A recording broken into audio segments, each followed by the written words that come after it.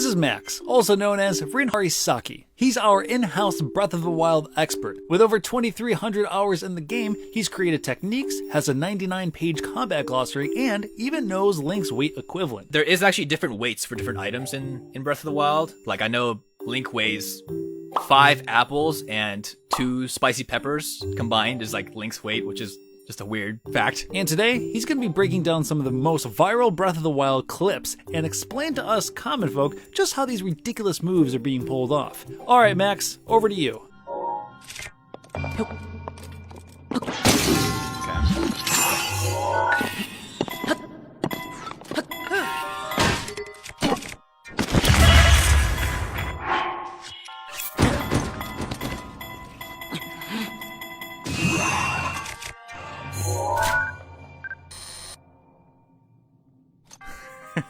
Okay, so he's doing a very intricate setup for something that can be done pretty easily in other ways. Well, excuse me, princess. So first of all, he's doing something called a bomb flip, which is basically in the holding stance where you have something above your head, like a rock or a bomb or a shrine puzzle like this. If you do a jump attack with a heavy weapon while you're in the air, that attack will go over your head. So that actually knocks things backwards. So in that case, he already pre-damaged the weapon, so then when he does that, the weapon breaks and it knocks it backwards. And then after that, oh, you know what? He did that because he wouldn't get landing lag. That's interesting. When you normally do a weapon flip like that with two-ended weapons, you'll slam the ground. And that ground slam takes a lot of time to get out of. So he broke the weapon immediately. So then all he could do is just turn around and stasis the puzzle, which is really cool. And then he does 2 backflips and then he runs forwards, probably for timing purposes, but wasn't really necessary, I guess. He could just jump off of that because he wasn't timing the puzzle bomb to go anywhere. He's just using it as a platform, so he doesn't really need to time anything. But it's interesting because then he does a shield jump, unequips a shield, and then he bomb ragdoll jumps over the ledge. Again, it's a lot of intricate maneuvers for something that could be done with like one wind bomb.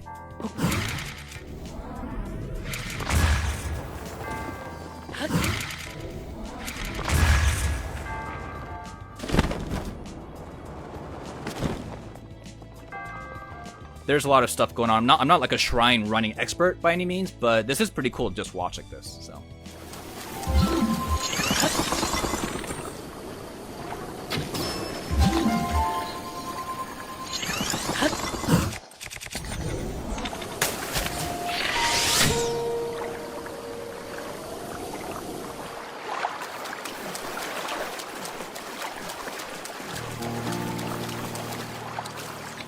Okay, so that was a pretty standard Cryonis launch. When something is ragdolled or goes into ragdoll state, there's some weird like glitch launch properties around them. So the weird thing about Guardians is their body is actually always in a ragdoll state and their legs just kind of carry that ragdoll state around. So that's why you can use a Cryonis block to slow down time and then launch that body way up into the air like that. You know, the cool part about this obviously is like you have to aim the ancient arrow. So it probably took him a couple times to do that, but it's still cool nonetheless because that Guardian is spinning. So to get the headshot as it's spinning, not quite easy, but I'm sure after a couple tries you can get it. I'm not gonna lie, there's actually a video that Cleric made a while ago where, or no, I'm sorry, a fan of Cleric made about the reality of making clips like this. Dang it. Dang it. Dang it. How long has he been doing this? 1, 2, Dang it. 3. 3 days. Dang it. Oh. Oh.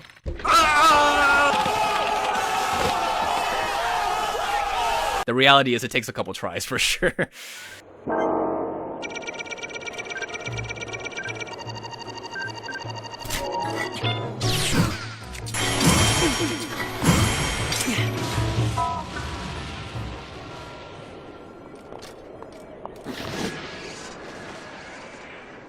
This is actually not as hard as it looks. Well, excuse me again, princess. So there's a technique called switch canceling in Breath of the Wild, basically, where as you parry, you can switch shields or weapons actually, and it will put you back to neutral immediately after your switch. So you can just parry back to back with no delay. This actually was easier because it wasn't master mode. And what master mode does is Guardians will fake out shots. So sometimes they'll do just a direct shot, and sometimes they'll like delay it to like kind of fake you out. The harder version is the Master Mode version, because some Guardians will fake you out and other ones won't. So this one's like a standard one where all the Guardians shoot at the exact same time. You can just parry each one, and it's pretty much going to be the same every single time. Master Mode is a lot harder, so this is the easier version.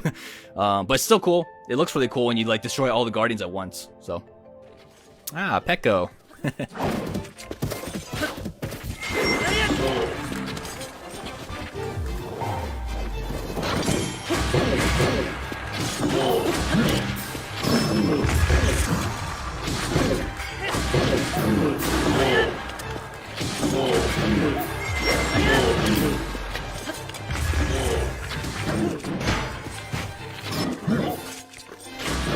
Okay, so let's start from like the beginning here. So the Crusher Lionel is coming towards him.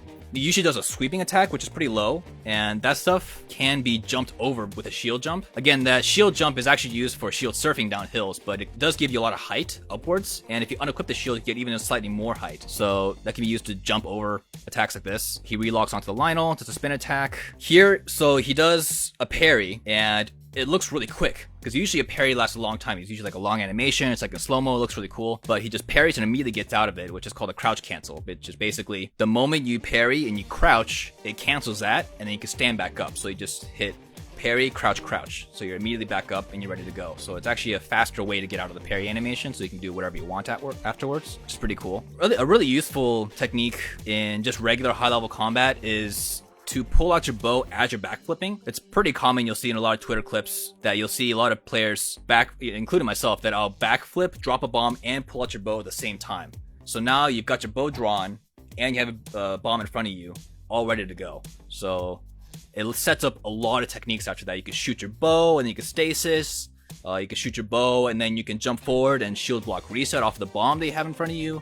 There's a lot of options after that. So basically, he's just doing a whole bunch of advanced stuff here back to back. Here, it's not really used that often. There's not a real technique name for it yet, but you can shoot also in slow motion too, where you can shoot the bombs with your arrows and it'll actually knock it forward. Another common way to use that is during updrafts. You can updraft, drop the bomb, turn around and shoot the bomb, and that'll actually launch the bomb forward, farther than you could ever throw it. In this case, it's used on the ground. You could just shoot the bomb and it'll just kind of roll on the ground. It actually would have been more effective with the round bomb, but it's annoying to just keep switching bomb types back and forth. So it's just cool to just kind of show off and just push the bomb forward so you can blow it up. This is actually pretty old footage, it looks like, but Pekko's been consistently good at just on the fly fighting. I'm more good at like setup, preset combat where I know what's going on and what I'm gonna do, but there's a lot of fighters out there who are just really good at being on the fly, like just kind of doing stuff depending on what the enemy does. And, Lionel fighting there's a lot of that in Lionel fighting. And this is obviously some really good stuff. So good job, Pekko.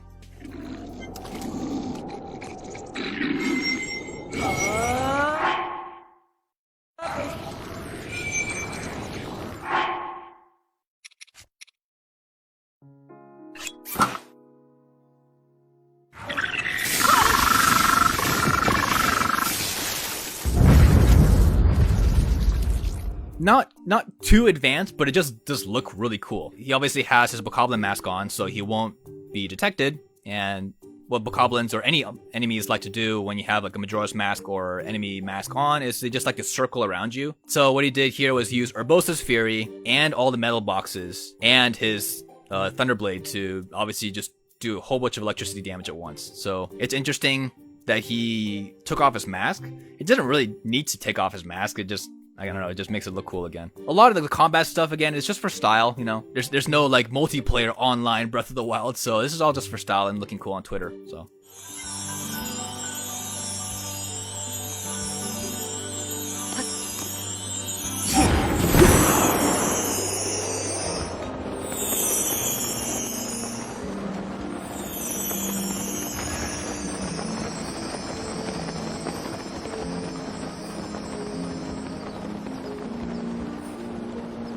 So what he did here was he pre-placed all these items on the ground, all the dragon parts, and then he pre-placed the bombs as well. So all those in a pile. These are all floatable objects, which means that when they hit an updraft, that they will fly with it. Rivali's Gale does stay updrafting for like 10 seconds or so. So he used that updraft to carry them both. There is actually different weights for different items in Breath of the Wild. Like I know Link weighs 5 apples and 2 spicy peppers combined is like Link's weight, which is just a weird fact. But yeah, these dragon parts weigh differently than bombs. So the dragon parts took a little bit longer to meet up with the bombs. Once they do, it just looks really cool because then you can bomb them. And then whenever that item gets launched, then by either just dropping it and rolling or by, getting launched by bombs like this, it'll just have this cool sparkling effect. It just looks like fireworks, which is really cool. So yeah, just another neat visual trick in Breath of the Wild. All right, well, that was fun to watch. Thank you guys. If you like this kind of content, we have more on GameSpot's YouTube channel. And like and subscribe because there will be more coming. And for everything else, stay right here on GameSpot.